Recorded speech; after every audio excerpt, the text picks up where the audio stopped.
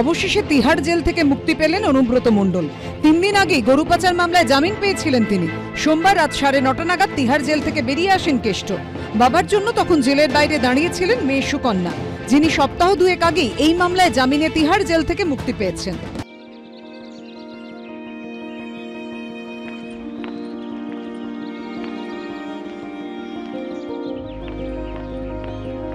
2023 সালের 21শে মার্চ থেকে 23শে সেপ্টেম্বর 18 মাস পর তিহাড় জেলের বাইরে অনুব্রত মণ্ডল জামিন পাওয়ার পরই লালমাটির জেলা জুড়ে সাজো সাজো রব।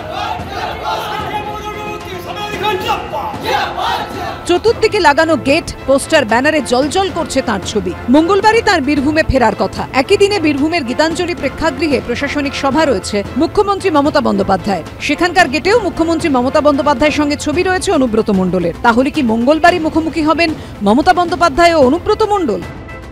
আমাদের জেলা সভাপতি অনুব্রত মণ্ডলও কাল আসতে পারেন,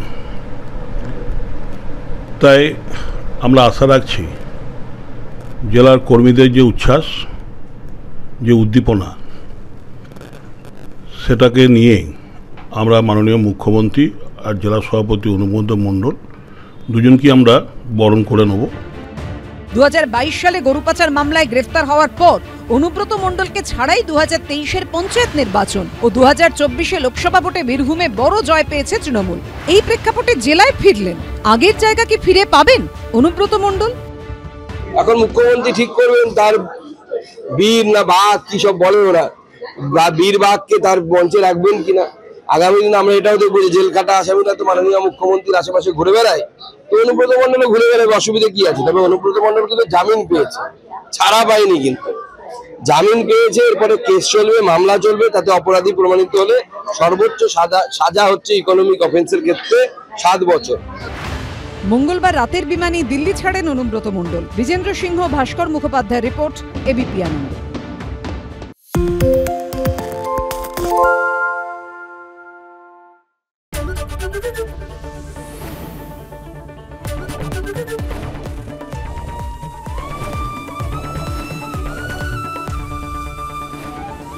এবিপি আনন্দ, এগিয়ে থাকে, এগিয়ে রাখে।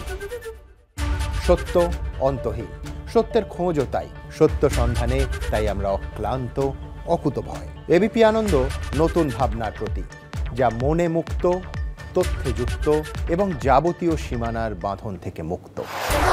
সীমা না শব্দটির মধ্যে লুকিয়ে আছে মানা শব্দটি, যেন চোখ রাঙানি এক অদৃশ্য বেড়াজাল, যা আটকে রাখে আমাদের এক ছোট্ট গণ্ডির মধ্যে।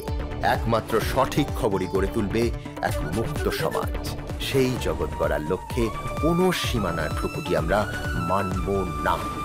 এবিপি আনন্দ, এগিয়ে থাকে, এগিয়ে রাখে।